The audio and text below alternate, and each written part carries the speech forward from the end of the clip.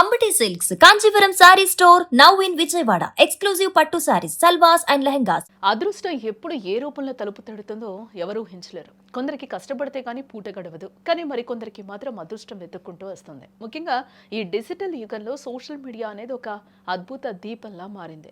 రాత్రికి రాత్రే సామాన్యులను సెలబ్రిటీలుగా మార్చేస్తుంది. అయితే కేవలం సెలబ్రిటీ హోదా మాత్రమే కాదు, ఒకరి ఇంట్లో మూలన పడి ఉన్న పాత ఇనుమును కూడా కోట్లు కురిపించే నిధిగా మార్చవచ్చని ఒక తాజా సంఘటన నిరూపించింది.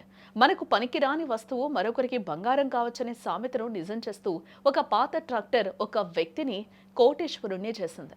మన దేశానికి చెందిన ఒక వ్యక్తి తన ఇంట్లో దశాబ్దాల కాలంగా వాడుకలో లేని పూర్తిగా తుప్పు పట్టిన ఒక పాత ట్రాక్టర్ను చూసి సరదాగా దాన్ని వీడియో తీసి సోషల్ మీడియాలో పోస్ట్ చేశాడు.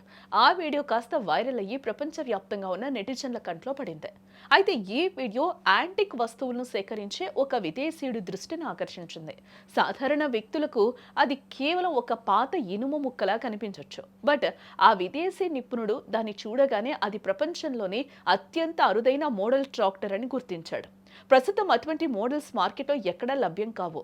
దీంతో ఆ విదేశీయుడు వెంటనే ఆ ట్రాక్టర్ యజమానిని సంప్రదించడం జరిగింది. తన పాత ట్రాక్టర్ కోసం విదేశీయుడు సంప్రదించడమే పెద్ద ఆశ్చర్యం అనుకుంటే, అతను కోట్ చేసిన ధర విని ఆ యజమాని ఒక్కసారిగా షాక్కి గురయ్యాడు.